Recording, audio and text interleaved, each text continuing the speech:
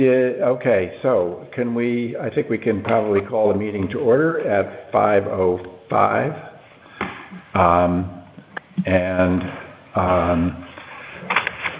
If we can approve the September minutes, I would look for a motion to do that. I move that the minutes be accepted. Anybody's want a second? I'll second. Okay, moved and seconded. Any thoughts on the minutes, any revisions or questions, or if not, all those in favor of accepting the minutes, approving them, say aye. Aye. Aye. Okay, Thank great, you. thank you. And Andrea is not... Do you have to seat us as members? Pardon? Oh, yeah, we probably should do that. I think so. So let's, we have some people missing. Anne is here on the phone. We're missing Bruce and Claudio and Gary. So we're going to seat the two alternates.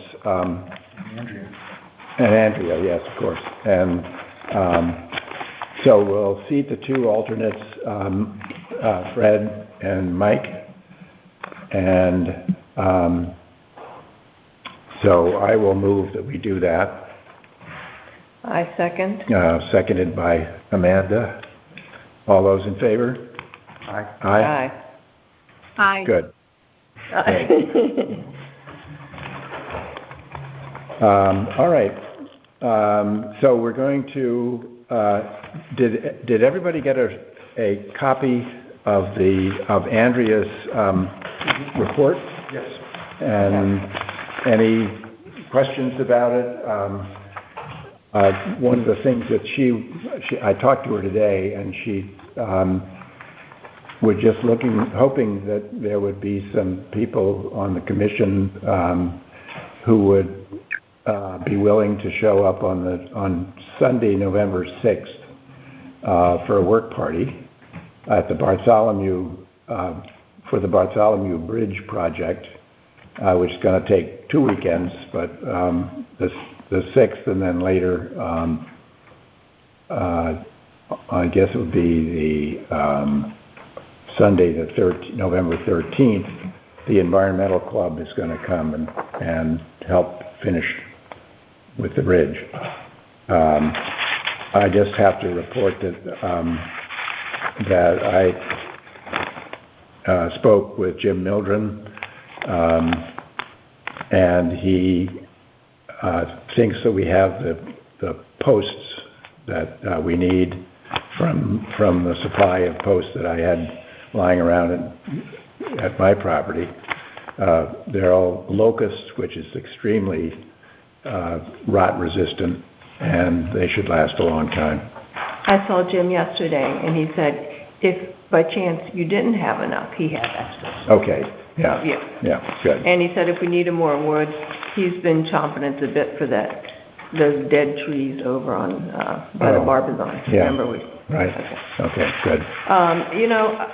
Speaking of work parties, remember when we did the one on McCullough, that hiking alliance, Connecticut yes, hiking? Right. And so I think they split up, but I occasionally, send him an email. So I will send him an email. Great. For these the dates on the November 6th. Now you have Pierre and Matt LeConte.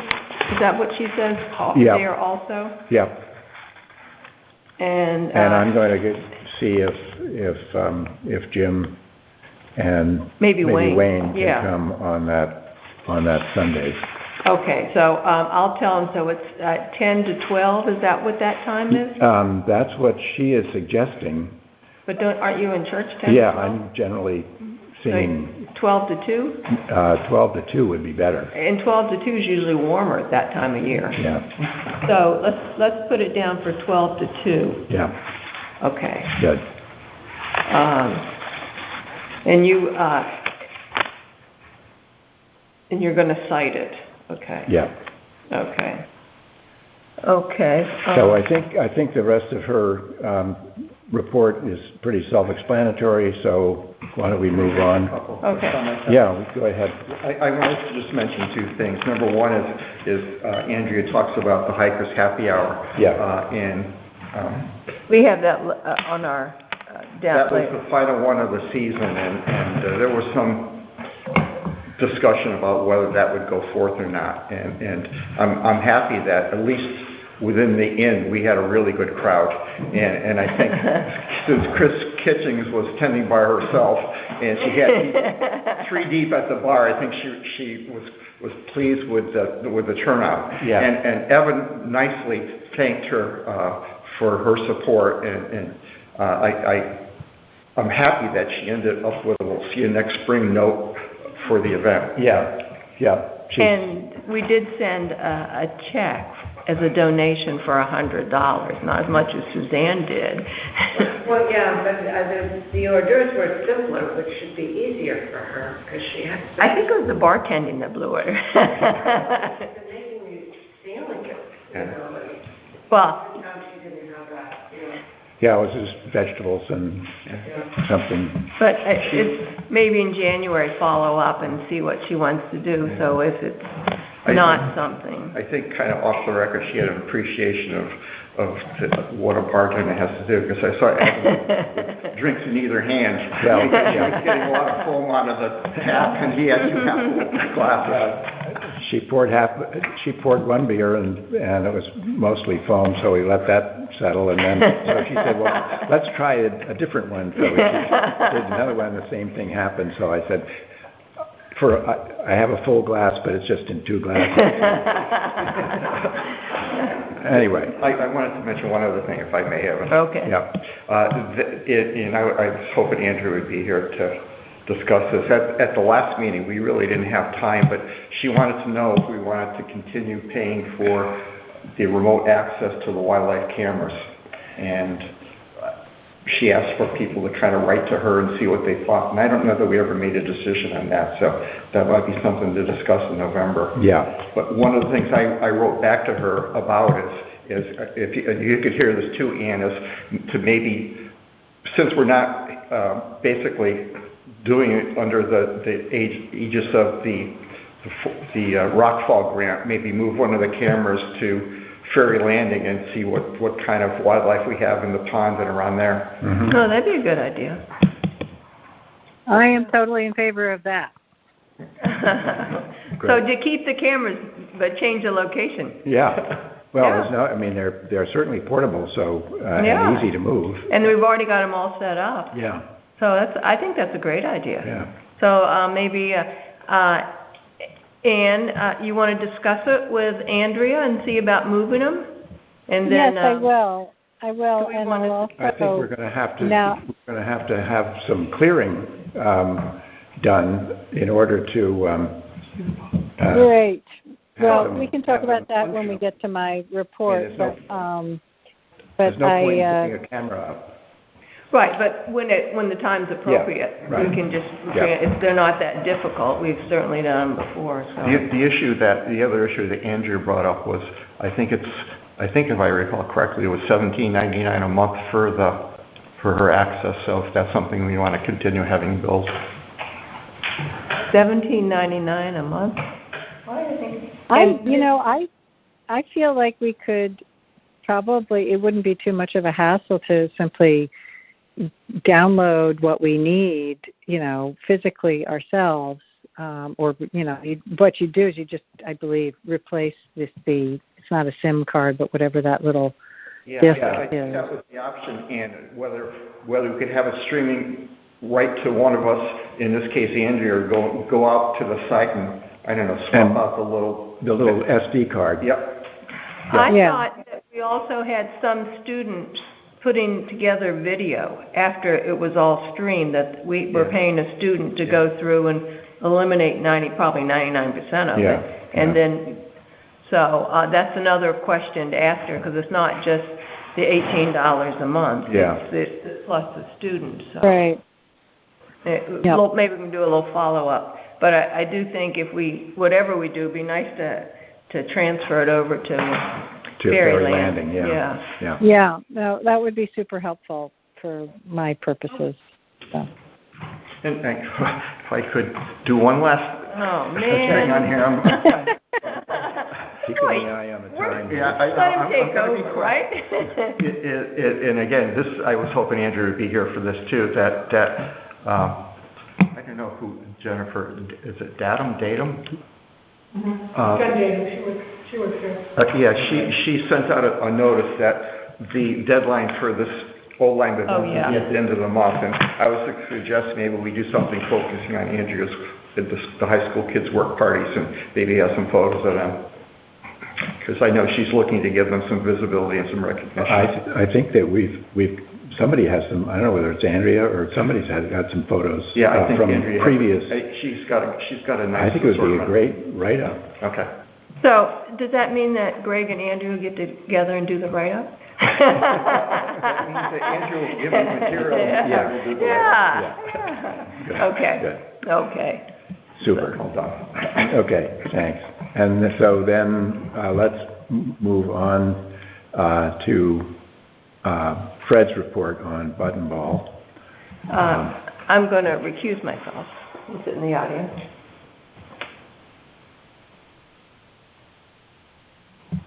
Okay. Okay.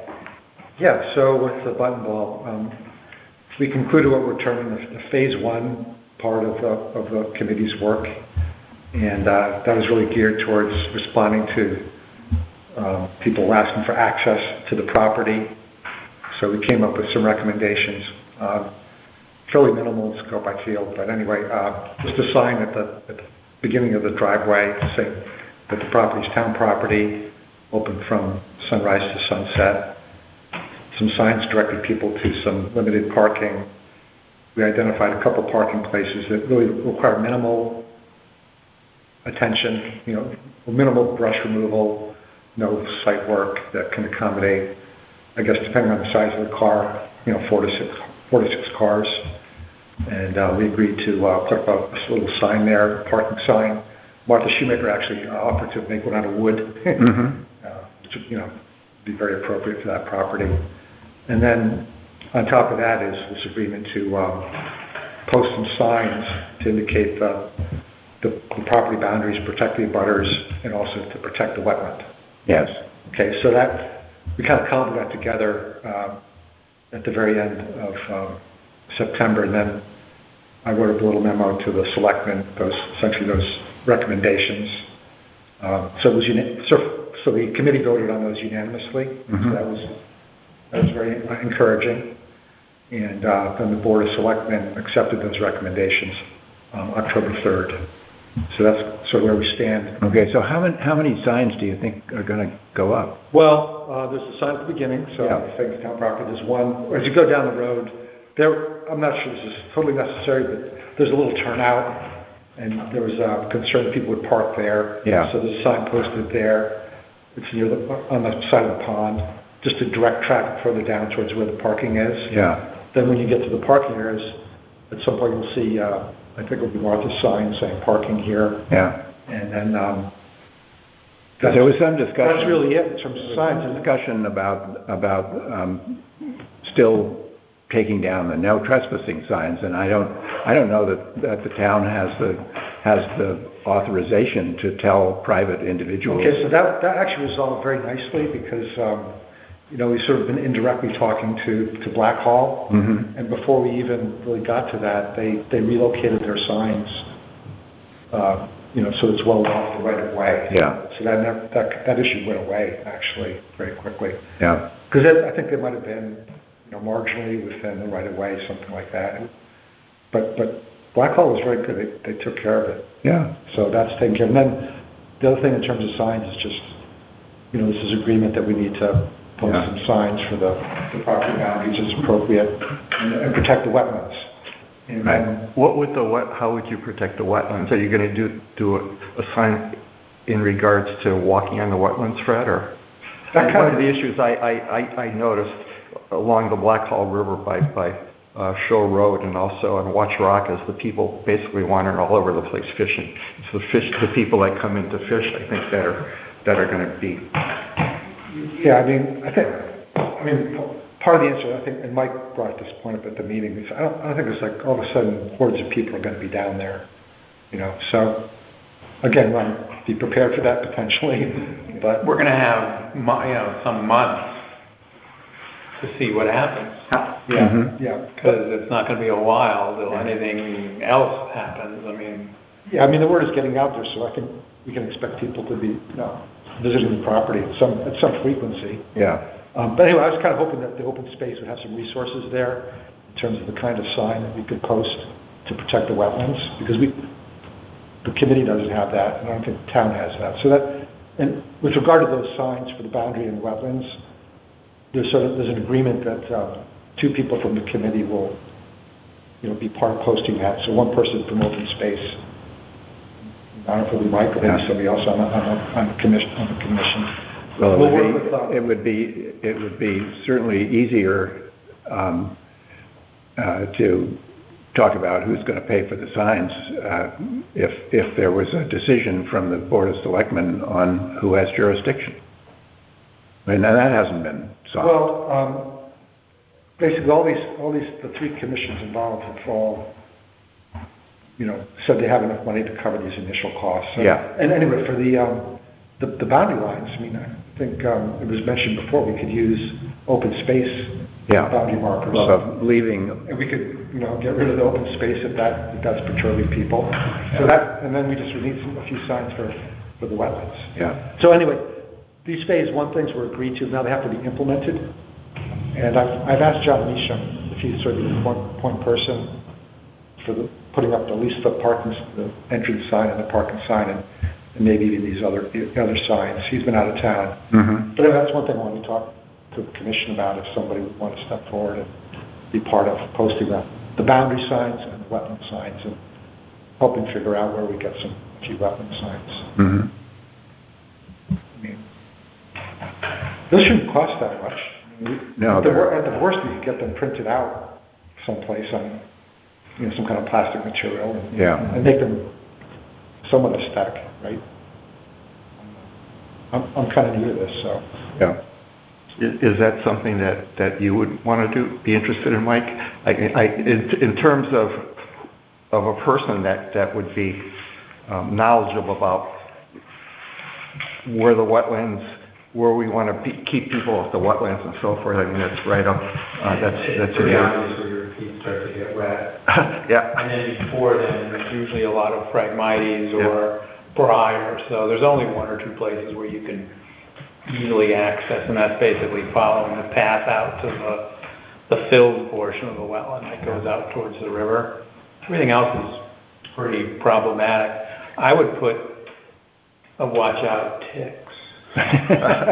Forget wetlands. Just, get from the health department. Sometimes they have ticks are in this area, We have those signs, we have them on open space. Well, how many signs do you think we actually need? I thought we just need 3 or 4. I think just the way it is, it's thick enough that people aren't going either because of the cat briar and or the Phragmites or.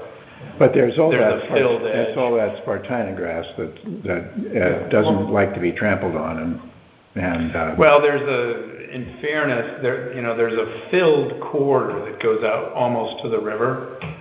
I guess the former owner filled it, so there's no peat. The grass has kind of started to grow over this basically cobble, gravel fill. And then it's about 6 or 8 feet wide.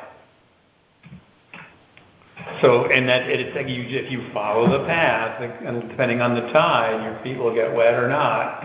You can walk on this basically gravel path to get a nice view and stuff. Yeah, and we're pretty sure that gravel path is all on town property. Yeah, I believe so. Okay. I'd have to look at the plan. Runs right along the very edge of it. So, but then I'd have to look at the map again, and do some measurements. But so there's a portion of the marsh that has been filled essentially, and rising sea level has allowed wetland vegetation to colonize it. Yeah. And it's not going to be peaty, so I tried to bore through it and figure out how deep it was. I couldn't get my boring material through it. It's pretty thick gravel. Mm-hmm. I don't know what else is there, but then they sort of gave up. It seems like they were filling straight out to the river, I guess in the 50s or 60s. Yeah, probably in the Former owner. 50s, because I think they transferred the property. I think the McGowan sold that property to the state in 58, and so it was probably prior to that, and then maybe they didn't pursue it because of the shallowness of the water. It was going to be, I don't know whether they thought maybe they could build a weir out on the river or what, but nothing ever happened. And then the state never did anything, and they had it for 40 years.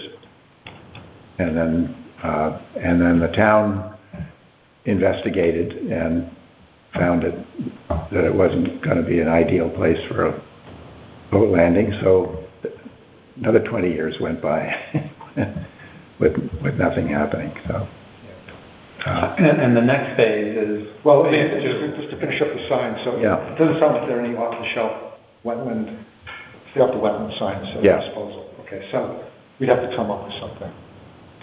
Yeah. Would you be interested in working with John on posting? Sure. We can, it depends. Okay. All right. John's getting back tomorrow from somewhere, so I'll hook you guys up. Just tidal wetland. Yeah. Something. And also, we don't have to go overboard right away. We can just do the minimum needed. I think we want to, don't want to pollute the place with signs. Yeah, I would think. And then if more signs are needed, then we can add. Yeah. We'll keep an eye on things. It might be the only place you'd put the stay off tidal wetland, where you actually can access it now on the trail. Yeah. So you might just need one. If you go beyond the filled area, you need boots and you need to be prepared for, unstable terrain and water. Yeah. So unless someone really thinks about it, they're not. Well, I just worry that when you look at the Lieutenant River 156 Lieutenant River parking space, there are trails through the Spartina along the riverbank, and it's made the riverbank very unstable. So. Yeah, I mean, if the signs aren't working, then other actions will have to be taken. Yeah. Absolutely. Anyway, so that kind of wrapped up phase one. I have to say, I think it's also been good for the committee to kind of get to know each other and, maybe smooth out some rough edges. I'm kind of optimistic in that regard. Well, my fingers are crossed. Yeah, I mean, we're all just to work out. I just wanted to make a quick comment about signs, Fred. It kind of stepping outside our lane here a little bit, it doesn't really concern open space at all, but when the committee's ordering signs, I walk in the area around the Black Hall River and the Connecticut River quite a bit from my home, and one of the roads I love to walk on is Smith Neck Road, and Town Landing is a gorgeous little site to go out there and take photographs and stuff. There is absolutely nothing on there to indicate that is a town launch. And I would suspect that with new people coming to town, they have no idea that that's an area they could access as well. So that might be appropriate. Might be worth buying a couple extra signs for that. Yeah, I think that there's some issues about, why are we loading up one site with signs and nobody knows about Noyes Road or Catherine Road and Landing Road and all the other places that. Yeah, I think that's a very interesting comment and fair to a large extent, because the whole point of this is getting access to the water. Yeah. I only found out about Town Landing a couple of weeks ago because I didn't kind of research this stuff and come up to speed. And someone first moved here, someone said, "Oh, you can launch your kayak there in the hidden spot." Yeah. Yes, the town is hiding all these places from the public. Yeah. So I think there's some bigger issues at work here that we need to iron out, and hopefully communication will help with that in the future. I wanted to make one other comment too. I don't know if it's appropriate now or for the next next part of this discussion, but one of the things that we've talked about our open space a lot is accessibility. And I think this is a fabulous location to have accessibility by people with disabilities. I want to see the property be kept as natural as possible, but it's relatively flat. It would be a place where you could have a parking area and maybe a cinder stone thing to the edge of the water where someone in a wheelchair could go up and view that spot. I think that would be a great attribute for this property. Yeah, so it's a great segue to the next part. Okay. So, finish phase one, now we're calling this phase two, and that's coming up with ideas like that. So, the committee's next meeting is November 1st, and I asked each commission to come up with ideas and plans and thoughts so that we can knock these around, ask the questions that we need to ask, to figure out, are these things feasible at all? Will we be permitting for that? Well, I think it seems to me that if there's any construction or filling or anything on the salt marsh, that the EEP is going to have to weigh in. Sure. Because it's on the Natural Heritage Database map as a protected area.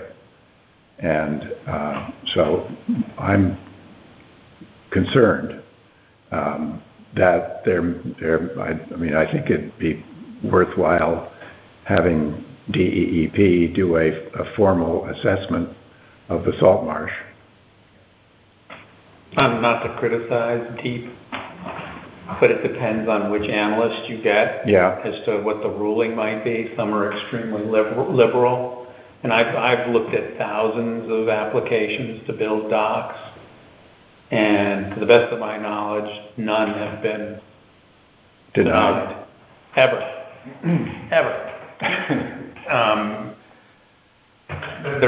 Just because the state has a basic philosophy that they can't deny access to deep water for riparian right reasons. It's come down through the years.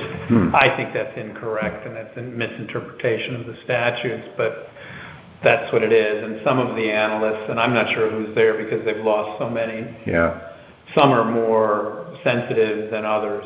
I mean, some promote access, some are more concerned about balancing the use of the public access to right to water and then the sensitive critical resources there. But I'm not sure that they have the resource people that could really do the analysis. And so I'm thinking it would be up to us to do the analysis, to get a fairer analysis. Because if you're regulating something, and this happens all the time, the staff that do the regulating deal with the applicant that's applying for the permit. And in a difficult situation, they're usually making recommendations. This is, if you do this, and if you do that, and we can minimize the impact. But this is just the opinion of the staff person at DEEP. But they get committed to the design of the thing that the applicant has proposed because they've modified it. Then it goes to public hearing, and the public hears about it for the first time. And it's very, very hard to, as someone who's testified against things that were terrible, if the staff has been compromised by helping design something that has less of an impact when there shouldn't be any impact, the no alternative is better than something, you almost never win. The public never wins because everything's been decided. The design is on a map because it's been semi-designed by the staff person that's making a recommendation to get it approved for the applicant. And the public is left out in the cold because you only have 30 days from the notice to submit your comments or to request a hearing.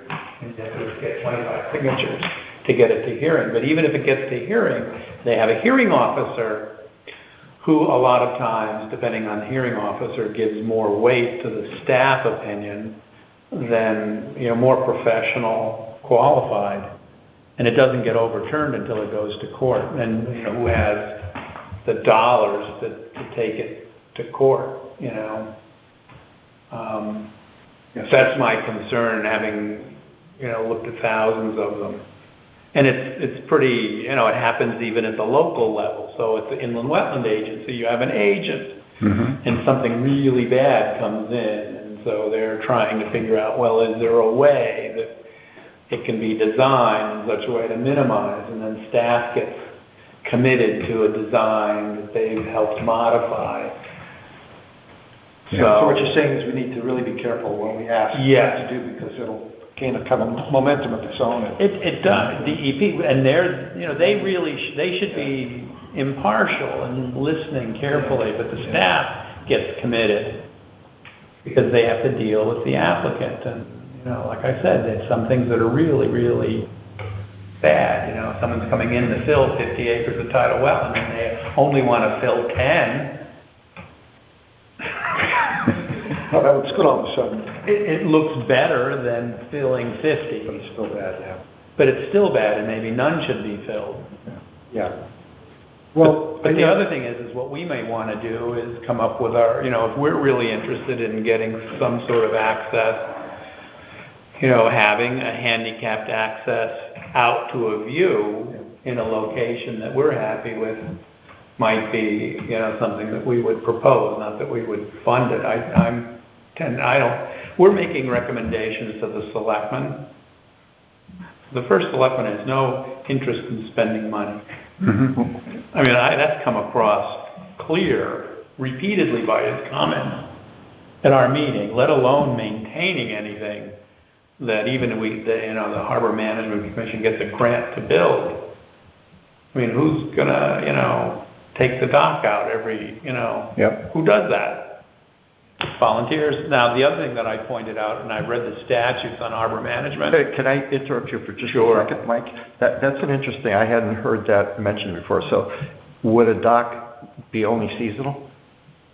Or well, if you've got a ramp to get down to the water because the tide's going up and down, what are you going to do, jump or carry your, you know, kayak down a ladder? So we're going to see a design. They're going to probably come back with a design for something. But I'm thinking we should have something maybe that comes out with a minimal view and getting the best view. You suggested that to them as well, to possibly incorporate that. You know, but I don't know. I don't know what's available to do. You know, taking a kayak out over that filled corridor, I haven't really, my boots weren't deep enough. So I attempted to do that with my wife. Yes. About 3 weeks ago. And at high tide, I figured that'd be the best time to do it.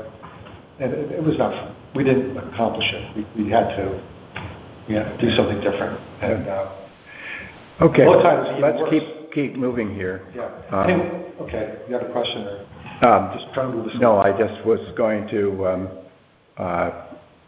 Amanda had her hand up, and I if she wants to make a comment as a private citizen and not as a member of this. Can I just add something first? Okay.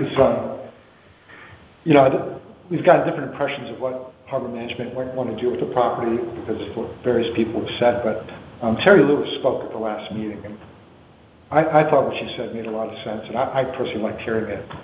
And that's what she said is that at least some people in harbor management are not looking to create a massive park, or they're just looking for a small access, if feasible, to the water. And she's quite clear about that. And you know, I also asked her in a subsequent conversation, you know, one thing there are concerns about this place being overrun. And she said, well, you know, the answer for that is just to put up signs and limit the spaces for parking. And you know, it's only available for 4 cars or 6 cars, and that's it. And then you know, you have to kind of trust in mankind a little bit. But if things get out of control, then you shut it down. So anyway, those are much more reasonable thoughts for me anyway, coming out of harbor management. So it gives me some hope that what they might be coming up and proposing is, you know, something that can be considered. That's, you know. I just wanted to make one quick comment along those lines. obviously there's two aspects to this. One is access to the water, which would be across wetlands, and the other is the upland dry portion of it, which presumably would be open space. And I would hope that it would be managed in basically in line with other open space properties, that we try to preserve the nature, and you certainly want people there viewing, places to view, maybe a bench, but I'm not sure that picnic tables or that kind of thing would really be appropriate, because then you start getting into the issue of litter and who's going to be cleaning up and so forth. I don't think anybody wants to be responsible for maintenance of that. That's all I have to say. Yeah. Yeah, well, we're going to bring some of these thoughts back to the meeting, so, Good. speak up, and I'll mention that. Can I make a question? I have a question off the record. A couple of weeks ago, there was an ambulance. They had to go over to Town's Landing. And the people were out there at low tide. They couldn't get in, and the fire department had helped get them in. So, and that's a safety thing for at night. People were out there without a phone, and This was at Town Landing off of Smith Neck Road? It was on that back river. It was Town Landing because my friends were in the ambulance. My friends were, the ambulance went and the fire truck. Huh. So I mean, that's something that you never thought of, at night, there's no lights, nothing. Yeah. I just was just off the record, I didn't know if any of you knew about it. No, the concern about people being stuck and not making wise decisions, that's been brought up and been mentioned. It's on the radar. Yeah. Thank you. Do you want to say something? Yes, I have a statement that I'd like to read. Late in the morning of September 21st, 2022, I heard a loud noise outside my home on Buttonball Road.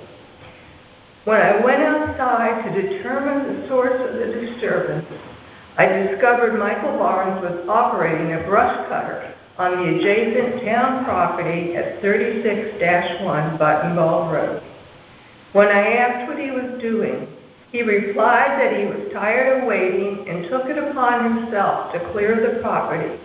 When I asked if he was authorized to do so, he simply continued. I called First Selectman Tim Griswold and advised him of the situation. Mr. Griswold asked to speak to Mr. Barnes. I handed my phone to Mr. Barnes, and the two briefly spoke before Mr. Barnes ended the call. Mr. Barnes then indicated his intention to resume clearing, but beforehand he addressed me in a threatening and frightening manner, calling me an awful person.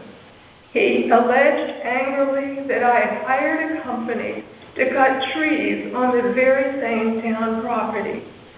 I have attached a letter from Jason Wilcox, owner of a tree service, stating that his allegation is false. Mr. Wilcox's company has not worked on the parcel. Mr. Barnes then continued undeterred to brush two large parking areas and a vehicle turnaround. After several additional attempts to contact someone to halt Mr. Barnes' activities, which I believe to be unauthorized, I called the police to advise them that a non-town employee was vandalizing Old Lyme property. I asked that they inform Matt Ward, a town police officer, member of the Board of Selectmen, and a member of the committee exploring town use of this property. Mr. Ward arrived and told Mr. Barnes to immediately cease his activity. Mr. Barnes only stopped when Mr. Ward very strongly told him to leave the property. Mr. Barnes recklessly damaged the property by acting only on his own rash impulse without any consultation with the Buttonball Road Committee or the Board of Selectmen. His indiscriminate brush cutting was driven only by his personal vision and not according to an agreed plan by the parties exploring the property's use. I find Mr. Barnes' demeanor beyond the pale. In advocating for his personal plan, he He has repeatedly posted images of my house on social media, criticized me by name, and engineered an angry discourse that has made me a villain in the minds of many in today's increasingly volatile climate in which acts of violence are unfortunately not rare. Speaking of civil discourse, I find it further upsetting that a former member of the Harbor Management Commission, attempting to provide background information on the property, was rudely shouted down during a Buttonball Committee public meeting by an out-of-order Mr. Barnes when he attempted to speak.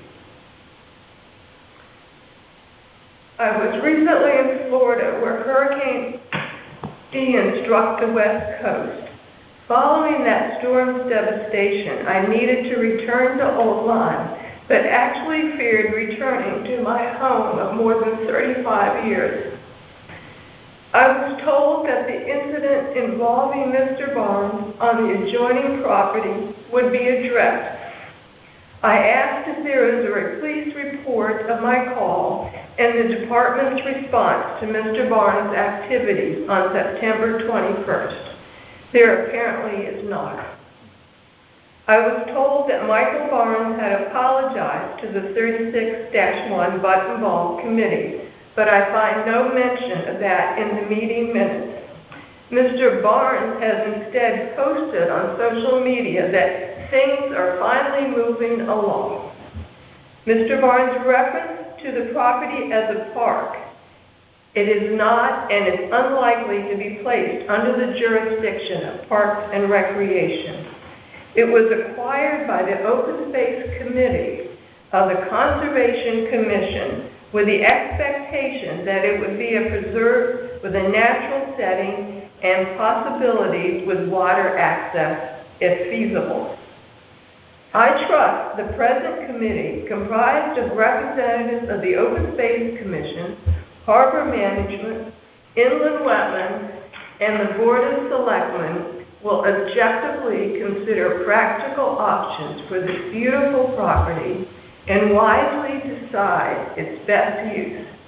I ask that the process not be hijacked by irresponsible behavior and an aggressive push to reach a predetermined plan for the property.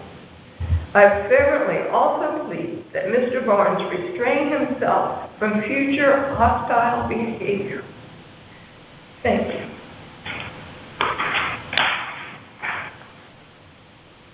Okay.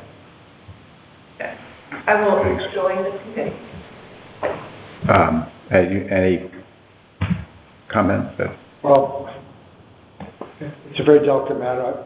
One thing I can assure you, a lot of people on several commissions are very aware of this. And, I got to be diplomatic here, but saying things definite. But I don't think any more behavior like this will be tolerated. Mm-hmm.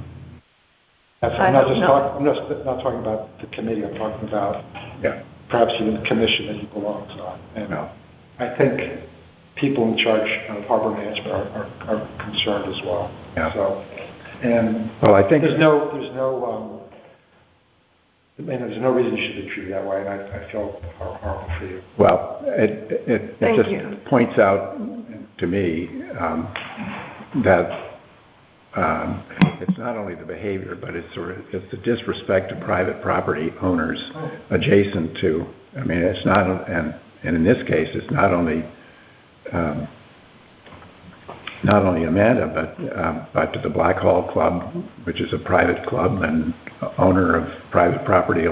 They actually own the underlying road over which the town has a right of way, and they were called out for having no trespassing signs on their own property. I couldn't figure that out. This commission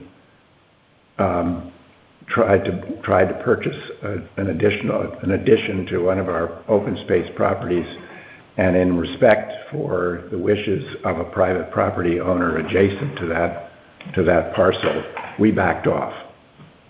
And I think that so far, in my opinion, the behavior that has been demonstrated has been pretty, I think just about everybody shares the same opinion. Yeah. So I think enough said. If we can't move this on forward in the proper manner, then things will change. Yeah. Good. Thank you, Fred. Did everyone receive the land stewards report? Yeah. Okay, there was nothing I think we need to discuss on that. No. Okay, let's move on to open space updates. Do you want me to do McCullough? Why don't we start with them? I just want to say, at the last meeting, we discussed, we voted and accepted $1,000 for Jim Mildren to continue working on the spillway and get that done. And with the drought and the pond being down, he hasn't. But I talked to Jim, and Evan and I were out there on Sunday. There was a little concern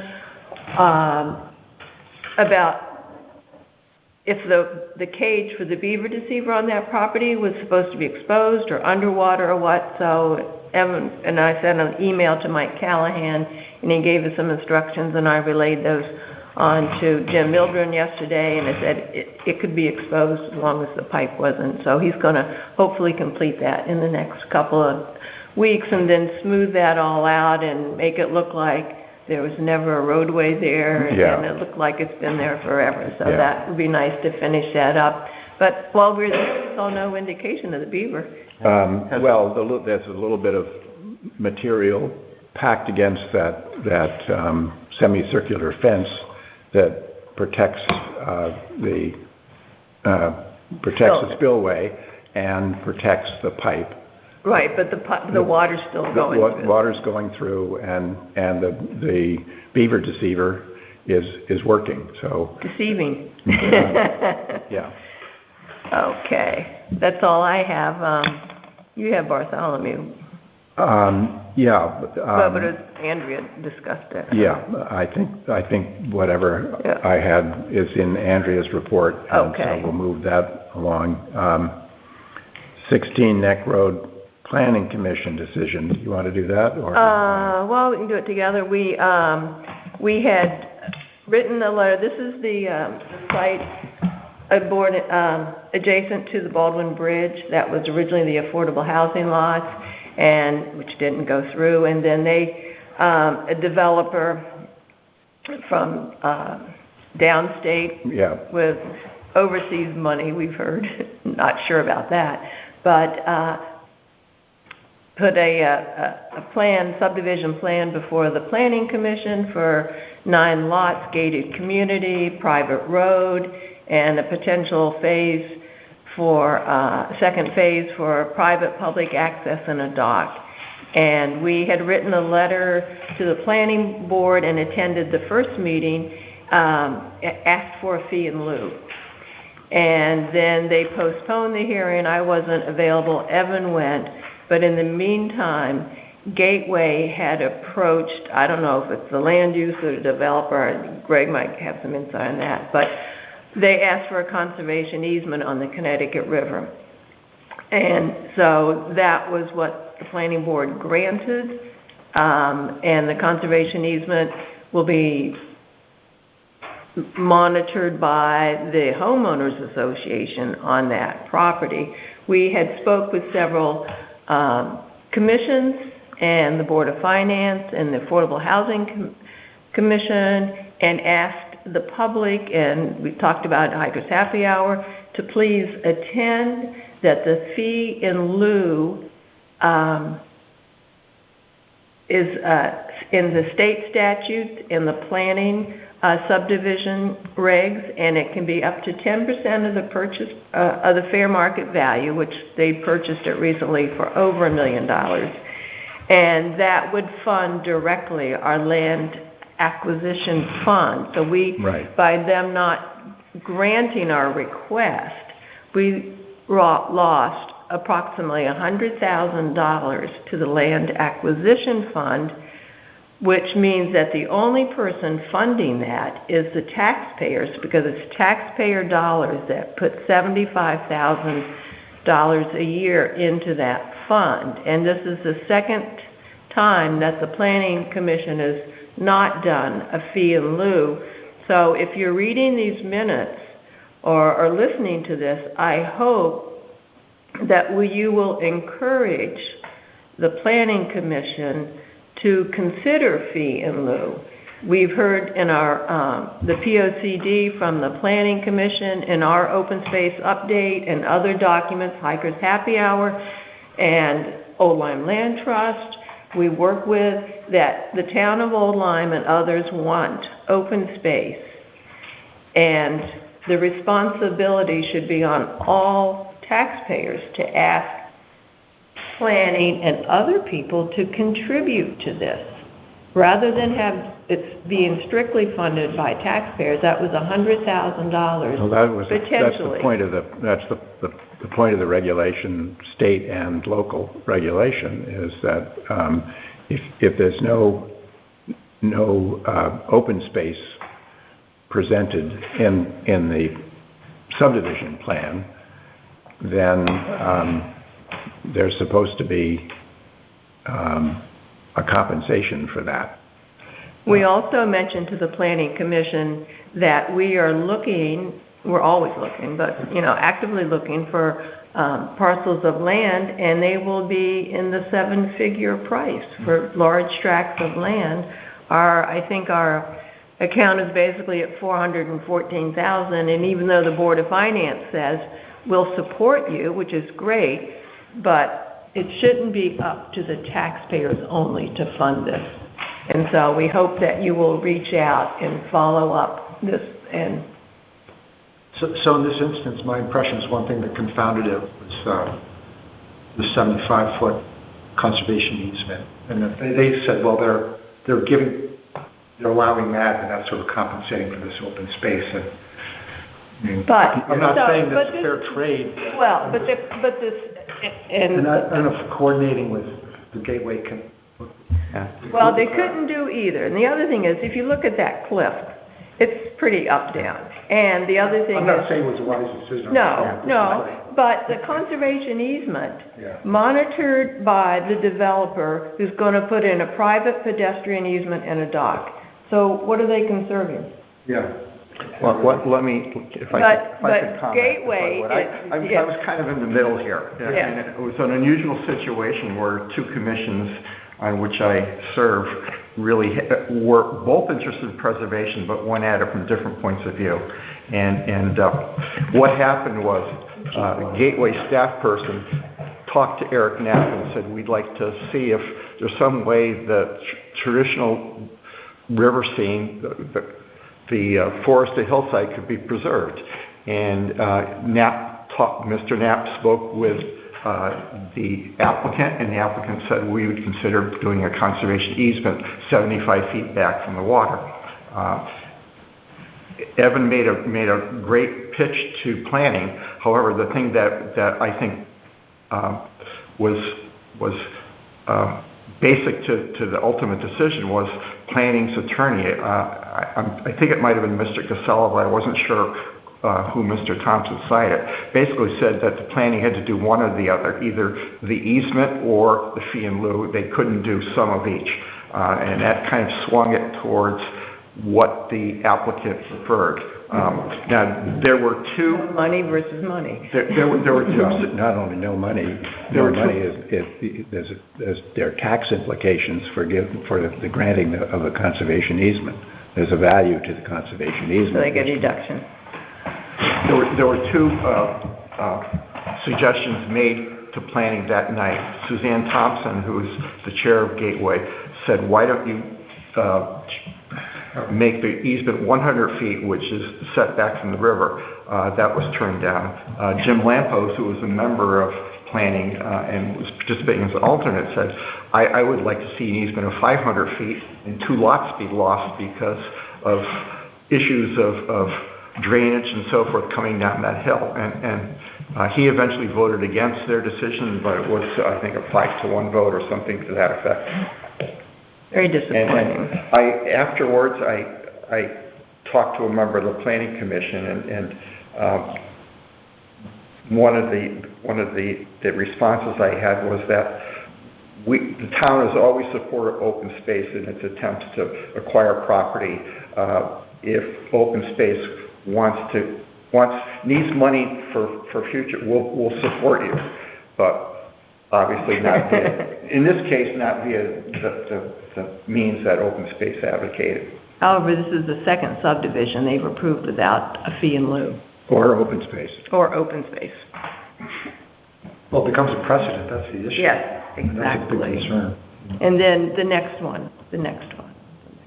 So I think we encourage the taxpayers to speak up. We're trying, but we could use some more support. Yeah. Okay. This conservation easement, does it grant the public any rights at all? No. No, it's private. It's No, private. no. No, conservation easements don't convey any public rights. However, they let the developer put in a dock in a private pedestrian easement. Well, that dock, the applicant was upfront in that the dock is a possibility. They have not applied for it. 2 years. They have not applied for it, and there is an exception in Gateway Standards to allow minimal Yeah. access to the river. Gee, it holds 9 boats, 9 lots. Well, it's a 2-year deep process, so yeah, about 2 years we'll see it. So, anyway, stay tuned. Okay. McCulloch Family Open Space Equestrian Lease. Well, the Tevises purchased the property from the Basilos.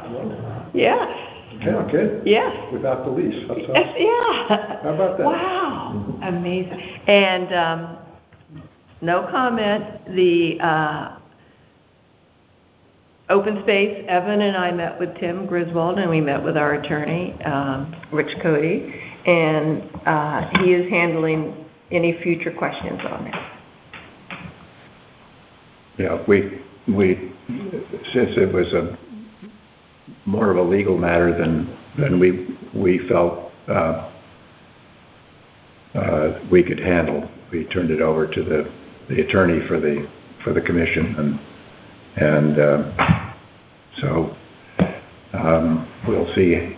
I think the issue of liability was strong enough that and a loss of liability protection for the town was sufficient to have that turned over as a legal matter. And it wasn't only our attorney, it was the town's insurance companies Yeah. too that reviewed it with their attorney. So that's where Yeah. Can I ask a quick question about that? So where does that leave us down in terms of the question use on the property? with the attorney. So is there a question before Rich that he's going to opine on, or?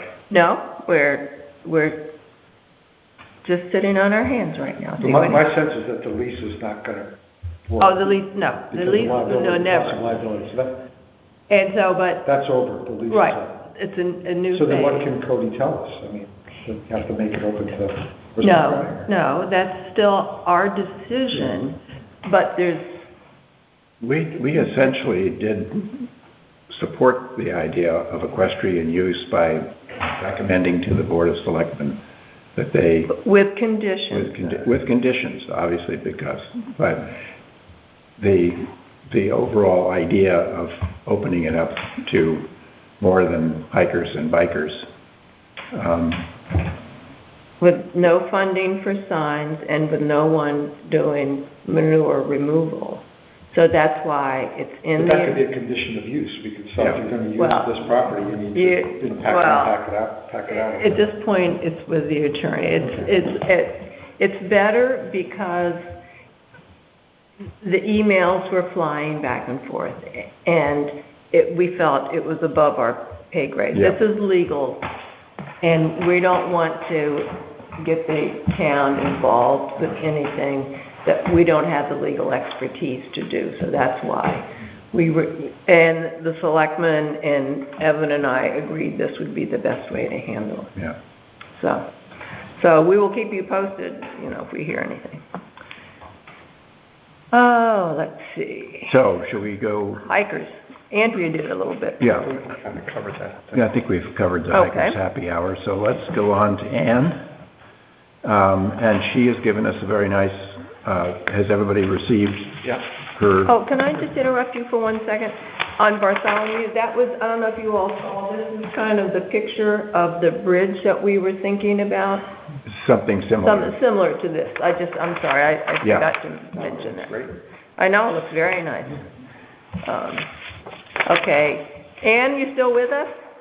I certainly am. Oh, well, good. Glad we didn't put you to sleep. Not at all. Not at all. Oh, yes, you got a glass of wine. I know. Lots of meaty stuff. And so I'll make it brief here. Thank you. Thank I you think for. that people have had a chance to read the report, and the ongoing frustration is an access issue, which, one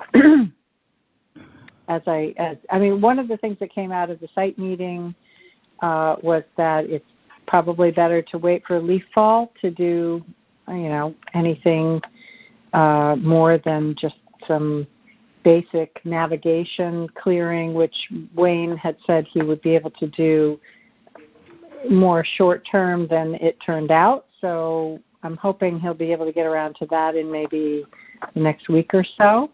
My conflict is that I need to be able to utilize the interns, and it's hard when they don't have access to the property. But we are moving forward with the parameters for water testing, and slowly but surely I will have more information on that, and kind of also hoping to hear back from Inland Wetlands, because even though I was curious if you'd heard back from them. I wrote to Rachel, and I have not heard back either. Can you phone her, Evan? I'll give it a. When is your next meeting? Not till the 4th. 2 weeks. Yeah. 2 weeks from now. It would be great if you could actually phone her. Yeah. Just to see if she's even received, if she's collecting the emails or what have you. But yeah. I was thinking. Excuse me. I was there. It was a site walk. Inland Wetlands site walk, but it was tonight at 5:30, so I wasn't able to go. I think Gary Gregory went. Okay. Then it turned out that Rachel was not going to be at the site walk because she had some health issue that she didn't want to share. Go there. Okay. Yeah. All right. I'll give her a call. The one thing I would mention, and excuse me, is that we did use the official town email system, and in monitoring that, there's not a lot of traffic on there. So I wonder if everybody actually checks their right. That's my concern. As opposed to being things sent to their home or business addresses. Right, that's my concern. So that's why, it might be helpful to just find out if she's even received the email yet. But sort of in terms of any feedback, the next steps / needs section of my report just is looking at, among other things, the need to actually, now that we've revised our herbicide language, to sit down and decide as a commission whether we feel that the Ferry Landing pond is, requires the use of herbicides and herbicide, whatever, and go ahead and get an official yes, we feel in this case that's necessary so that we can move forward with that, which would begin in the spring if it's approved. Yeah, I just had one comment or question, Anne, on the herbicide policy section of your report, and that was the timing of the. If we agree to do it, then the process would begin late spring with spraying. I think it's maybe a late spring with mowing, and only one herbicide. Mow in late spring, and then you treat with herbicide in the late summer, early fall. Right. Well, I'm interested to learn more and talk more about that, because what I did was I worked from the proposal that All Habitat Management had given us, and advanced it by one season. But if in fact you haven't already done the cutting, maybe that's not the way it goes. Maybe you have to start all over again. I don't know. But so that's, I recognize what you're saying, and it's probably, to be revised. Yeah. Okay. So my understanding of the process was that you do the mulch mowing in the late spring, and then you only do one application of spray in the late summer or fall, when the plants are taking the herbicide down into the root system. So anyway, right. That'll have to be worked out with whoever we talk to. Well, and I was equally puzzled by Deep's decision to spray a couple of weeks ago. I guess they sprayed. They sprayed in the Shippey Pond area a couple of weeks ago or a week ago, where I thought it might have made sense to mow, but that's what they did. And also another. What did they treat? The Phragmites. They sprayed the Phragmites. Yeah. It was. Yeah. Right, well, they didn't cut it. I kind of lost it for a minute. So the state of Connecticut came in when the Phragmite was not cut and sprayed the Phragmite with what? With the probably rodeo or something. Rodeo. Oh, I believe rodeo is the brand Really? name. Did they do it, or did they have a vendor do it, Ann? They did it themselves. And I'm been in communication with the fellow who is in charge of the team that does this type of work when they do it in-house. And he's also the same person who lets contracts when they don't do it in-house. And some of you have met him, Roger Wolf. Oh, yeah, we met Roger. Yeah. So that was what happened. Did they put any signs out or anything? No. You're supposed to, when you spray with an herbicide, you're supposed to have your post-it. I'm just this is what happened. And I didn't know it was going to happen then. I thought they were going to cut. I actually had reached out to say it'd be great if you guys could mow, because we can't access the pond so easily, and they had said we could do our water sampling from state property because it's all basically one contiguous water body. So I was hoping they would mow in order to make the water sampling work easier, but that's not what happened. So, and the other interesting part of that is that it appears from, layman's visual inspection that they did not spray on what I think of as the south side of Shippey Pond that would be potentially, maybe the reason they didn't do it is potentially that is the Shen's property. That's not yes, that's what I was State thinking. Lane. So, Which is another wrinkle to consider. So, but that's. So I have a general question about this project, which is, so if we go through the process of getting rid of the Phragmites, what's the follow-up to keep Phragmites out of there? What do we need to invest in? It's an ongoing maintenance obligation. Yeah. No, it's Yeah. probably And every 3 if to you- 5 years. If you manage it, it becomes a negligible, financial obligation. But if you ideally, do the it a natives couple of would years and then don't, Well, that's what Snarsky has up in his, Mm-hmm. that, he's, Lord's Cove. yeah, Lord's Cove, and it's, he says it's almost all natural now. But I'm sure he still has maintenance, but less and less, hopefully. right? I mean, I don't think the anyone really benefit is that the natives do come in and start to stake their territory, but the Phragmites will always be a threat that has to be kept at bay, essentially. Yeah, because the Phragmites that we have in the estuary now is very aggressive, and it outcompetes the cattails and the rushes and other plant species, the native plant species, which is why we have a Phragmites problem throughout the estuary. No. Yeah. Okay. Yeah. I had one quick comment too, and I don't know, are you through, or can I comment on your?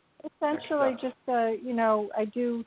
I did have another in the next steps that I'd like to start looking at. Additional outreach, public outreach. Exactly what I was going to mention, Ann. Great. Okay. You and Andrea and I, and Fred as well, for various organizations, went to a seminar at the Country Club about social media, and I think that would be a great place to start posting kind of a running summary of what we're doing on Ferry Landing on both Facebook and Instagram. And the thing I was thinking in particular was you mentioned students were going to be doing some documentation and taking photographs, and that would be the kind of whatever they find and so forth would be great things to post on. I don't know if you're on Facebook, but the People of Old Lyme, and I guess there's another Facebook group, and also on Instagram. So maybe we can. Yeah, that's terrific. That's a brilliant idea. I love that. And maybe I could even utilize although this goes contrary to what the speaker advised, but maybe the interns could be helpful in some regard if under supervision. No press release. Well, one of the big takeaways that the speaker had on the social media lecture was that don't think you can just hire an intern and hand off your project or your brand essentially to an intern who knows nothing about your organization. Yeah. Right. But I do think that nevertheless they could be useful in some respect in that way. Thank you. I know we have a full agenda going. I'm trying to speed this along. Did you have any additional comments, Anne? No, that's it. If anybody has an interest in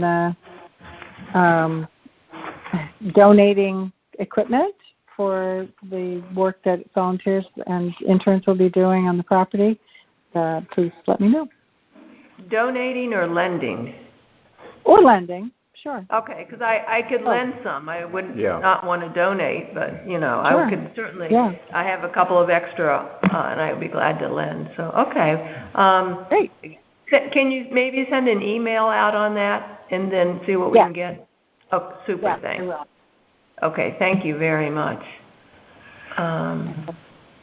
Okay. Inland wetland, do you have a report? Inland wetlands, the only thing I had that pertained to open space was we went to look at an inland wetland on a subdivision that has proposed to donate open space parcel. This is the Button Ball Road. The Button Ball, and we're going to bring that up in a few minutes for discussion and comments. There's a planning hearing meeting tomorrow at 5, and we need to respond to that. So want to defer that to... Yeah. Okay. So I didn't have anything really to report. Where is your site walk tonight? It was one up off of Old Boston Post Road, up off the Boston Post Road, and it was a solar single pin solar array that was within the wetland review zone. Oh, okay. Okay, thank you. Gary's not here for the Conservation Commission. He did send something the last week or so that he was busy with water monitoring and a few other things. Yeah, well, he also had a little blurb on the recent rains and Black Hall Pond and the alewives. And the alewives. So I think we'll table that until the next meeting. Under new business, if it's okay with you, go ahead. I'd like to ask John Noyes to come up. He has been, you and I met John, or talked to John a couple years ago, and he has something he wants to discuss about a piece of property that was owned by the Noyes family that the town now owns. We're not sure how he acquired it, but have a seat. Thank you. Thanks for coming, John. Well, thank you, and thanks for waiting to the I've met some of you, and for the others, it's good to connect names and to faces and voices. Anyway, so I'm here to ask that some information that used to appear in the website description of the Ames open space be reintroduced. It's been deleted, perhaps with a few additional historical notes of general interest. And my interest in this is partly historical. I moved to town just a few years ago, and I've become involved in a number of local history projects. But as some of you know, and I confess some of my interest in this issue is personal, because I was a person who 20 years ago transferred to the town the first chunk of what is now known as the Ames open space. Mm-hmm. This is the parcel that connects, it's a narrow strip connecting to Boggy Hole Road, and it encompasses the what's now the Orange Trail. It does have a trail on it. Part of the Blue Trail. So I've got a map, if you'd like to see what the parcel looked like. And this is an old big lot. It was used primarily as a wood lot. So I wasn't sure whether you or your dad had transferred it. No, my memory of it. I had owned it for some 25 years and then transferred it. Was it a gift or was it a purchase? It was a bargain sale. So partly I got some money, but it was partly a gift. Okay, and I think for some reason, is this does part of it give us access onto the cul-de-sac? Mm-hmm. And so our trail goes out. Or was it has the right of access to it was both from the cul-de-sac, but across Ames, a little bit of Ames land on a right-of-way. Right. See, and here is the part of the other access was from Whippoorwill when it was too wet to get in off of Evergreen. And there was an old right-of-way. Hold on a second. Note, I think the note refers to a right-of-way. I remember looking at it, but it's just weird that here there was a subdivision, and these are the 3 lots, and it just looks like, I can't remember if yours was the piece up here. Here, Suzanne. Past the so we came here, this was the Noyes piece over here? No, this is the Noyes piece, inside the lines. So there you go. All of this. Okay, for some reason, I thought you were, okay. No, this is behind the 3 Right, but a lot of this is wet, because we Yeah, were... it's wet up Right. until about there. Right, and here's the Woods Road. And the Orange Trail Trail kind of goes goes- across there and I think comes back down there, and that's part of the Blue. Okay. Right, because I remember we talked about if there was access on Boggy Hole, and we were looking... Yeah, yeah. But it was too wet. Yeah. Okay, so, and how many acres was it? I think it was more or less 25, Yeah, 20, 25, something like that. somewhere in there And did it come in after the Ames? before. It So was the the town first, bought it before the Ames? correct. So this was the original piece of the bigger Ames open space. Okay. So then when Ames came along, and it wasn't a butter, it was added to, but you kind of took away your name and put Ames there. Exactly, yeah. So, Well, and also, I guess my concern is there used to be at least references to this as a Noyce lot. The sign that predated the sign that's currently the Ames sign, this sign. Yeah. right. The sign that predated that referred to the Noyce lot, and the website used to, in the history section, talk about the Noyce lot, and it's all been eliminated. Do you have any Do you have that copy? Or do you have? No. I never copied it, and one of my questions was whether you had it. I can see if I have something. What year was it that you... I transferred the link. sign that you just referenced? And it's a very general text about this land is acquired with with taxpayer funds. That sign predates me, John, but that sign was a requirement of DEEP that this was pursuant to the property, I think, that you guys were first going to buy around Sheep's Ledge, Suzanne, and then somehow it transferred over to us, but there was a... That was grant. the second purchase.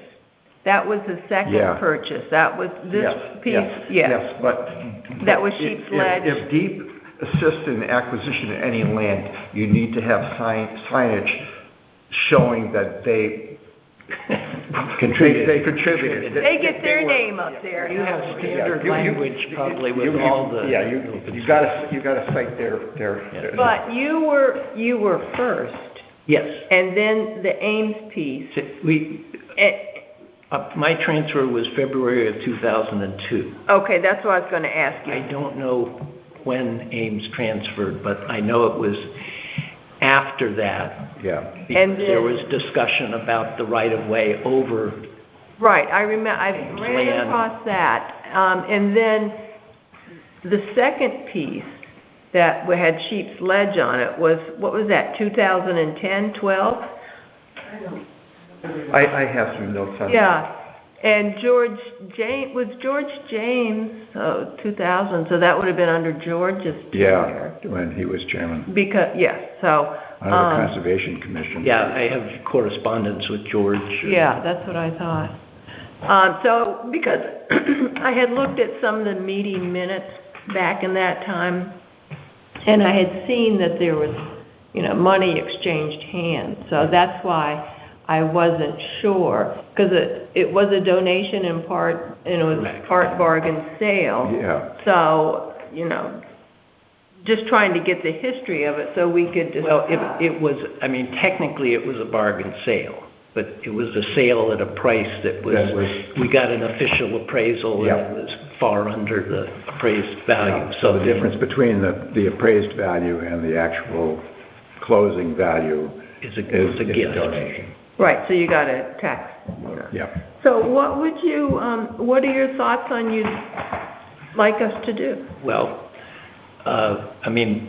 my question is whether you would be amenable to reinserting in at least the website under the history section, which now has Ned's good findings about indigenous peoples, a paragraph or so about this parcel. As I say, there's some historical aspects other than the Noises used to own it, that would be of general interest. I don't see that anybody would have any objection to. I think it's a nice idea. I think we need to research a little bit. One side is because we've got the Ames site there, but you do have the frontage on Boggy Hole, is maybe putting a sign there. Because then it wouldn't cause confusion when people say, I thought I went to the Ames and it says Noise. I'm just trying to think. So maybe that would be a sign that, and then it wouldn't say, I think we have to say, no trails on this piece, something like that. So we'd shoot them over to the Ames, but no, I think it was a nice. Something like that would be great too. I mean, it's. I was thinking about the website because changing signs. Well, that's what I was trying to think. I just didn't want to confuse Ames and Noise and all that. So I was trying to think the best way to acknowledge this and then put a sign up on Boggy Hole, which would just be like you all have your signs up, and there's just identifying it as a piece, and then we could say on our website where it ties into the Ames, and then recites the history. And since, aren't you president of the Historical Society? I'm one of the co-chairs of the Historic District Commission, but and active with the Historical Society. Okay. So maybe you can help us out by doing some of the research and the language. Sure. And then we could talk about putting a sign up, so we have the history of it to go on the webpage. Yeah. So that would be great. And again, I'm presuming you'd want something short, a paragraph or so, and I'm happy to draft something. But Greg, let me look to see if I have what was on there, and I also have some old files from Diana's time. I can look to see if there's any information in there as well. You also, John, maybe call George James and see if he has any information, because he's got files in his house. Maybe he has something that shows what the sign originally said. Yeah. Okay. So if you want to contact George, that would... Well, let me see if Greg has something at hand first, but I'm happy to, sure. Yeah. So come to the next meeting or send us something and let us know what you're thinking. And Fred or Mike, do you have any comments, any thoughts? No, I think it should be recognized, and at the minimum, the history. Yeah. Yeah. The sign might be appropriate at, was it Boggy Hole, you said? Yeah, because they keep it away from the cul-de-sac where... Might say need boots. Yeah, Boggy Hole, I think, read between the lines. Yes. Don't step up. 5P as in Paul. Yeah. I don't have any problem with that. Oh, absolutely not. No. I think I'm sorry that it got unfortunately deleted, because anybody that wants to help us have bargain sales or whatever, we certainly want to acknowledge. Yeah. So let's get some more information on it, and we'll put it on the agenda for the next meeting. Okay. And I can certainly have some text by then. Yeah, that'd be but great. It'd be helpful to see if you can find what was there. I know we have to discuss button ball, but Suzanne needs to leave. Could we have a little public comment? Yeah. Do you have anything you want? Thank you. Nothing's going. I saw you all. Thank you, John. Thank you, John. Thank you. I'm just listening and learning. I think I could ask something. You all have been very active with several of your programs. Well, we've got a big group of people that want to do outreach, and so they've done a lot. Do you want to keep your... Yes. Okay. You're doing a great job of outreach, yeah. If you want any assistance or want someone to join with you, we'd be glad to do it, I mean, it's a subcommittee, and I haven't got a lot of contact with them. They've been doing a lot. Anything new and different, exciting going on? We're losing two big key members in March, and so... Who's that? Ann Gallagher's stepping off, and Leah Hardy's going to come off. Oh, really? Pardon? Yeah. Those are? Yeah. Yeah. So board will be changing, and I don't know if that changes the direction or what, but I thought I hadn't heard that many, received many emails from Ann or what she was doing or what we weren't doing. she doesn't like to do much in the summer, so she... Well, she goes sailing a lot, yeah. Backing off a bit, too. Yeah. Oh, good. Well, I'm sorry. Tell him we're sorry to see him go, but... Well, actually, Ann has to go off. Oh, because they're... Leah is going off because of family issues, too. Oh, that's too bad. Well, give them our thoughts. Who's in charge of stewardship now? Or you don't have... We haven't got anybody. Oh. I think Edie might be doing it. Edie. Oh. But right now, it's still up in the air. Okay. Well, thank you for the update. And if there's anything you'd like from us or you want to do something with us, just, feel free to reach Well, out. I enjoyed finding out what you're up to, but it is getting late. I know. I think we have, thank you for coming. We have the Button Ball Road subdivision, and I just want to bring this because we have to write, there's a public hearing tomorrow at 5 p.m. here, and they do not do hybrid meetings, so if you don't attend. This is the property across the street from the 36-1 Button Ball, and Evan was doing a site walk, and I kind of jumped in because it'd be nice to be able to see a piece. So, kind of simply, this is an 8-lot subdivision with this as their open space, which we walked. We walked. This is the wetland. So they simply took the wetland and gave us.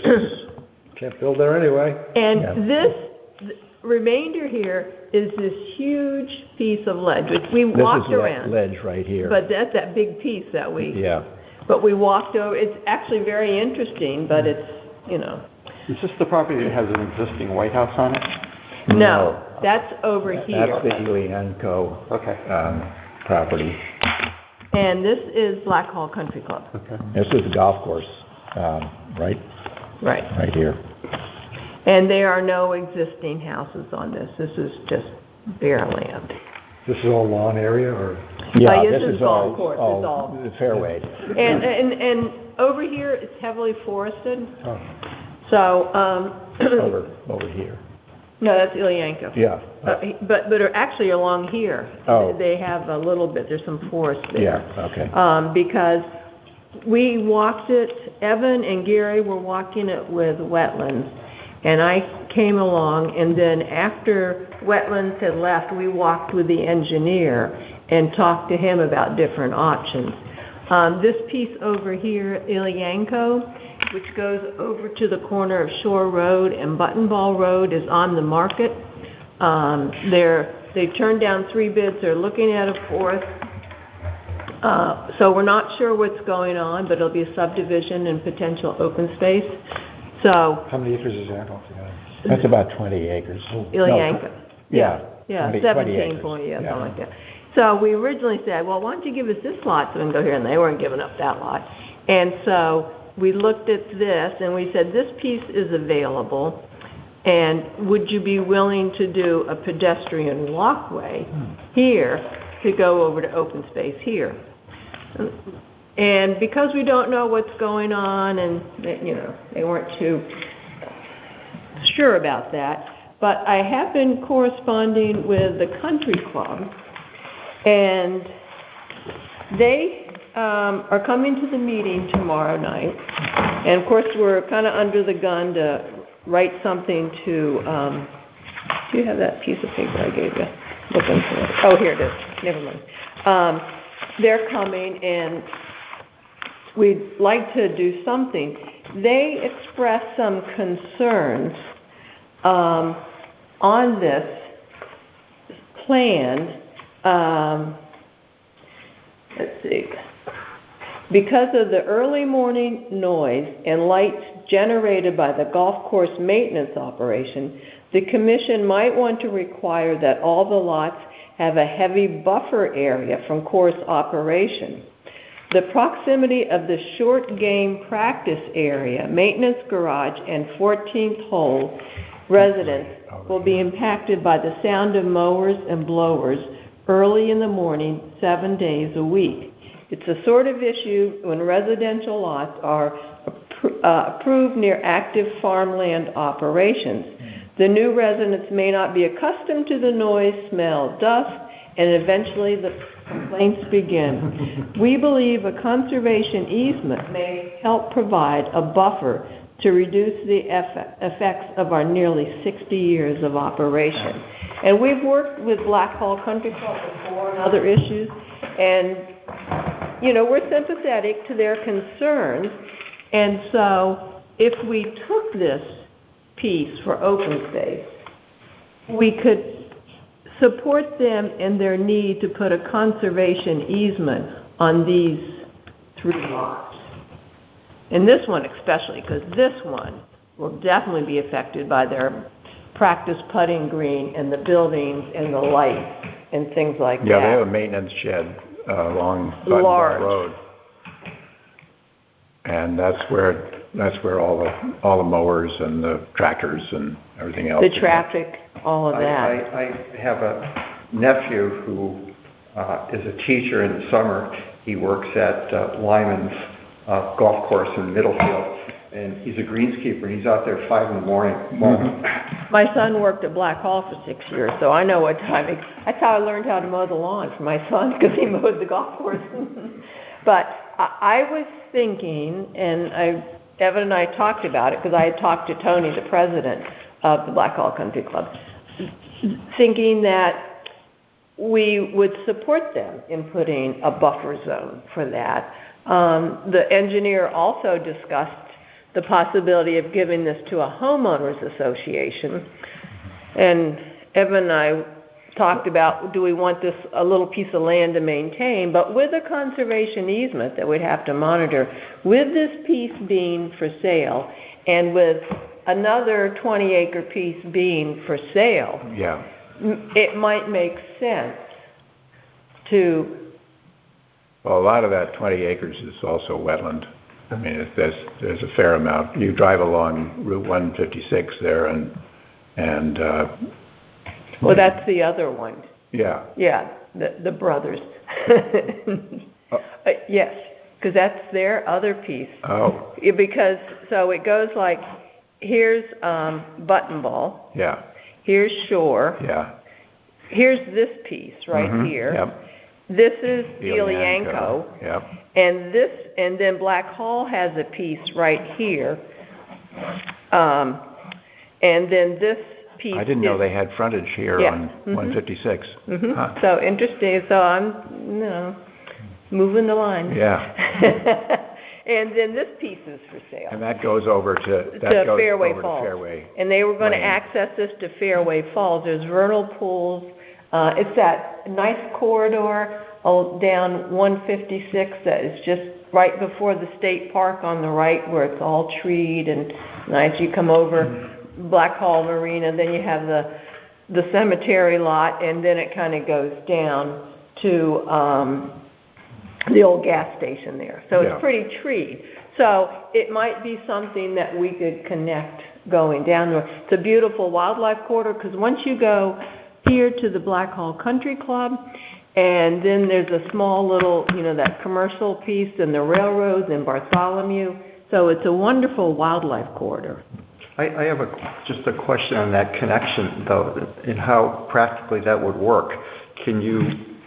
Would you negotiate that with the current seller? Or, I mean, how can you encumber a unknown buyer with an easement connecting, say, from all these different... Oh, no, because I don't think we could get a pedestrian easement. But I think to have this piece for open space and have a conservation easement on the 3...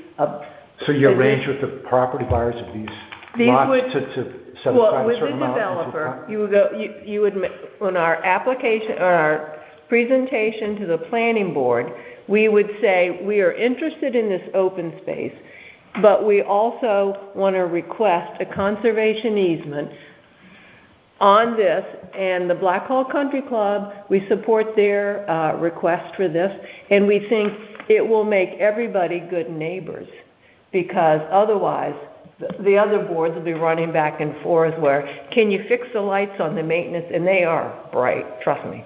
And then the mowing and this and that, and it's going to rub. It's going to rub. One way or another, we need to address that up front, because that'll be an issue in the future. Well, Black Hall's coming tomorrow to do their presentation. Yeah. And that's what they're saying.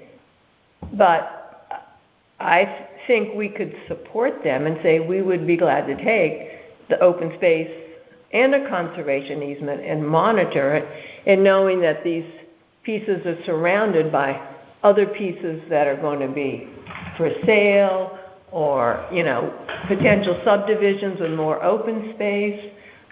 Black Hall has a strip of land on 156. If we, maybe I'm being dense here, but I still don't quite get. So what's your proposal, Amanda? So beyond supporting a buffer for the country club, I think this is an acre and a half of a wildlife corridor to have as open space, and to continue the wildlife corridor, and to make good neighbors between the potential lot owners and the Black Hall Country Club that's been there for 60 years, and the fact that most of Button Ball, very short road, is in a natural state, that we support a conservation easement to keep a buffer, to provide a wildlife corridor, and we'd be willing to... but what I guess the point I'm trying to get at is who would be the open space in favor? Would it be something that the town own and fee, or would it be an HOA? Or? Well, I don't know if they've created an HOA. The engineer said to us we could either give it to the town or we could do an HOA. They don't need an HOA. Right, and then who's going to monitor it? Living in an HOA, you want to avoid having one. Right, so yeah. Well, but it depends. Homeowners Association. Yeah, I have one, and Fight over old bill. It's nice to keep another set of meetings and arguments with people. Chicken coops and rusted cars and stuff out of the neighborhood, so yeah. So each one of these property owners would set aside part of their property as a conservation easement? No. What's the mechanics of that outdoors buffer? And is that buffer going to be enough to protect them from the lights and the noise? Well, there's like 100 feet there or something. I don't know. Well, nothing's going to protect anybody. I should know that, right? So I would follow suit with them and see what they're asking for. I don't know what a general buffer would be, 20 feet. And it's let me digress for a minute. So don't you normally have building setbacks and everything? So you're 15 feet anyway, aren't you? I don't know if it shows. Is it? I thought it was more than that. Well, here's their Mabel. So let's write on rear yard setback. So here's where they're projecting the Mabel for the house. And here's us. So here's these are the setbacks. So they couldn't build in... the front yard setback, I'm not sure how much that is. I don't have And I don't think they could do any setback here because they got the driveway. This is tight. Yeah. But I would say outside here that maybe a 20-foot setback, or, maybe... Amanda, is the setback or the conservation easement, isn't that's something they're septic.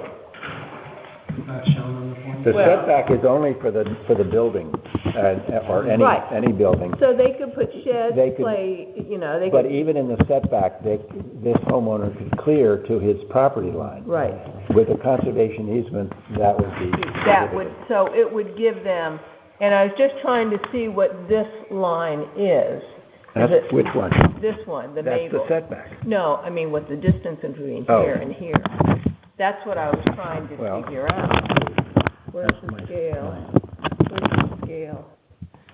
So maybe 20 feet? I think it's more like 30 feet. Okay, About inches. 50 feet. so say if you did a 25-foot setback on this lot, and this lot, so what do you,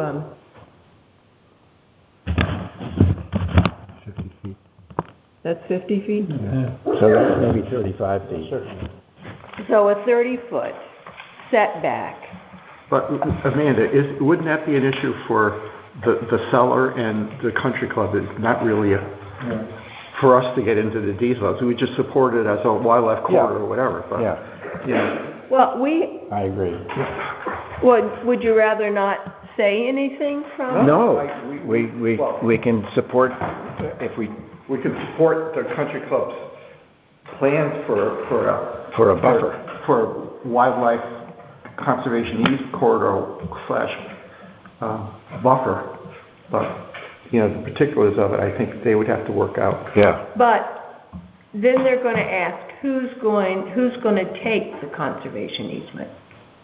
And so with the open space, we have conservation easements on other, would we be willing to monitor our past record that, because we have the open space here.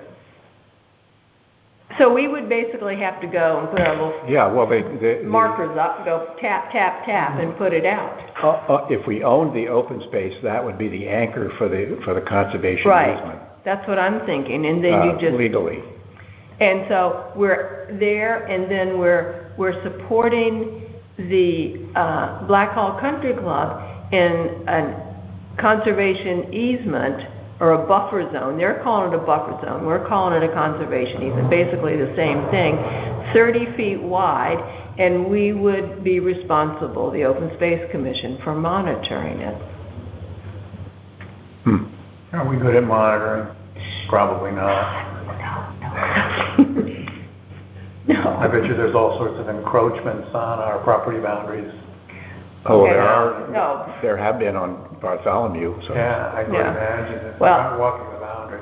But we're just discussing this one, and all but it does mean we can put our signs up and mark it, because the surveys will be out there, so it will be better, and it also makes us. What size are the lots? Are they in 1 acre? 1 acre. Oh, They're yeah. small. Well, it's R40 zone. They don't do R80. 40,000. Yep. But I'm just projecting ahead. We've worked with the country club before. They have frontage on 156. There's 2 abutting property owners for properties for sale. It potentially is something that we might get parts of that we could connect that wouldn't cost us any money. But I think at the very least for tomorrow, we support the country club's proposal to have a conservation easement along the boundary of the 3 lots. And then I think you could say something like, because we're aware of potential development adjacent to this, we're going to be very interested in linking any open space to new open space that may develop in the future. Okay, hold on, because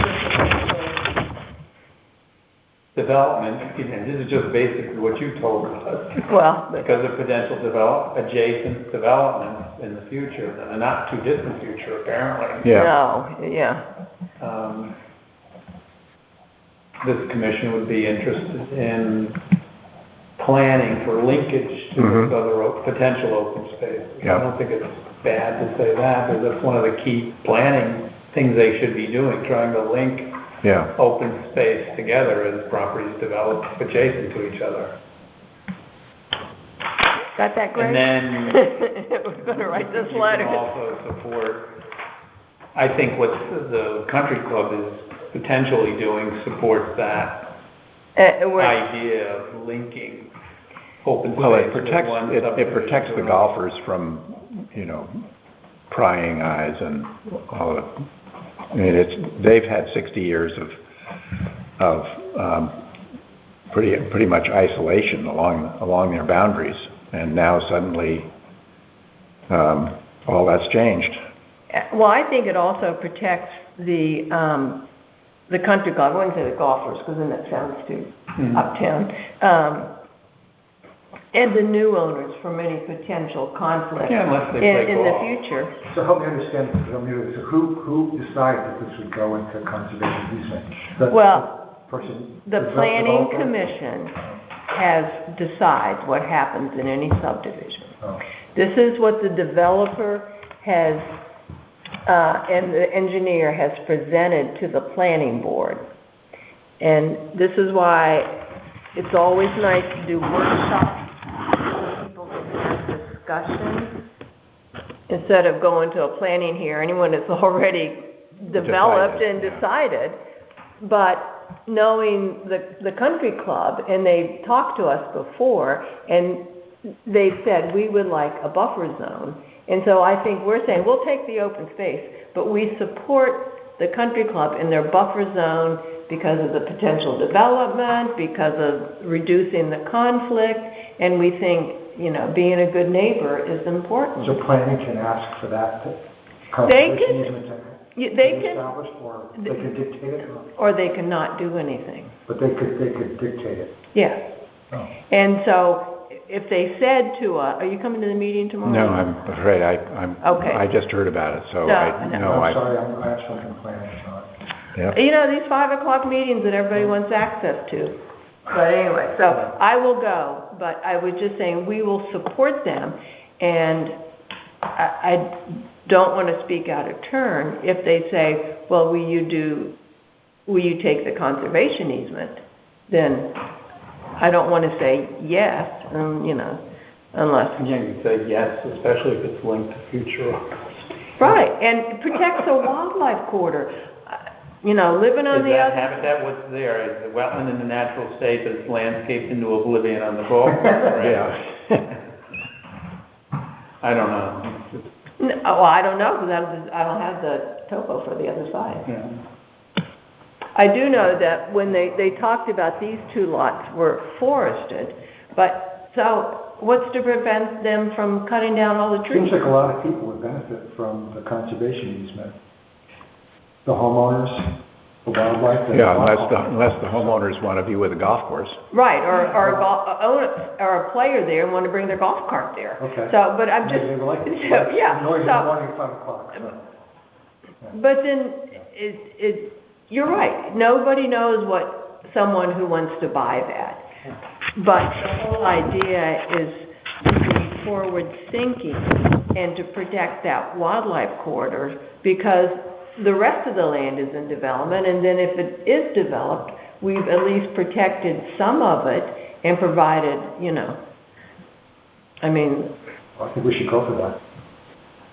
So I might need some help tomorrow morning writing this letter. I got to get it into planning because they want it and we're delinquent, so. And I think we'll start the letter this is our first meeting after we received the plans to look at this, and we needed the board's consensus. And after talking with the abutters, this is our recommendation, something like that. Does that sound right, Kevin? Something like that, yeah. Yeah. So, and that we will take the open space. However, we're supporting Black Hawk Country Club, the neighboring property, and who has worked with us on open space over the years, and requesting a buffer zone for potential conflicts with the new lot owners, and of course, and potential link, wildlife corridor, And then I'll shoot it to you guys and any comments, and then I'd like to get it to them by early afternoon so they have it for the meeting. Yeah. So. Do you know if the country club has spoken to the sellers on that buffer? No, I don't know that. I think they've been working more on this piece because that's very close to one of their properties. So that's why, and they had contacted us several months ago, 3 or 4 months ago, we had a meeting with Tony, and to see if we were interested in that as open space. So that's why I think over time this will shift to kind of create a buffer for that area. The reason I asked is, I mean, obviously time is extremely limited at this point, but if the country club and the sellers, you would think the sellers would have to negotiate that rather than each individual owner post-sale. If they could do that, and you could bring it, hey, we both agree on this, then it would be a kind of a rubber stamp for planning. Well, but usually that comes out of a planning decision. And like I said, we get these things and they're already decided. So they didn't consider so that's why we have to suggest it. And having a big taxpayer here support it. Well, are we suggesting it, or are we supporting their suggestion? We're supporting them, but we're supporting them and suggesting it. We'll go along with it. We think it'd be a great idea, so. When did planning first see these plans? So the pecking order is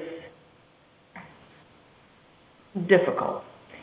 Because what I'm getting at is when they see those plans, maybe they should alert somebody on it. Well, so what they do is someone makes an application and it goes to wetlands first.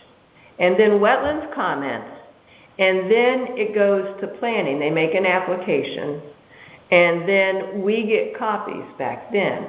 And Evan and I have asked, and we have done in the past, when wetlands gets a copy, could we have a copy and maybe do a site walk? It's a little difficult to imagine what this looks like if you don't do a site walk. And we've always done site walks in the past.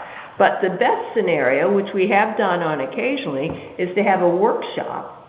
And when everybody gets in there before the plans are finalized, because, this is a very expensive proposition for the seller, to kick the can around and have a discussion on it. And because we certainly know where our open spaces are, what the real estate market is, what's going on, and so we could make suggestions. And we did that in that Catawongo one, whatever, and we got the piece we wanted, the Joseph piece, which is right next to McCulloch for an access point. So how are you able to accomplish that sometimes, but not others? Is it well, for some reason, the Planning Commission has decided that they're going to let us know last. Yeah, what you ought to do is ask the new person that coordinates it. We have. We did. And Amanda and I went and talked to Eric and Knapp and said we would like to be informed as soon as if there's any possibility. It hits the desk. If it's a subdivision, it's going to be open space issues, and we want to know about it. And he suggested we work with planning. We said we did. We had a big meeting with planning last March or April. We've suggested we get the plans when wetlands due, and that was negatively received. We asked if planning could do hybrid meetings to open them to the public. It's a public hearing. So that's why we need to reach out to people to say, you need to speak up.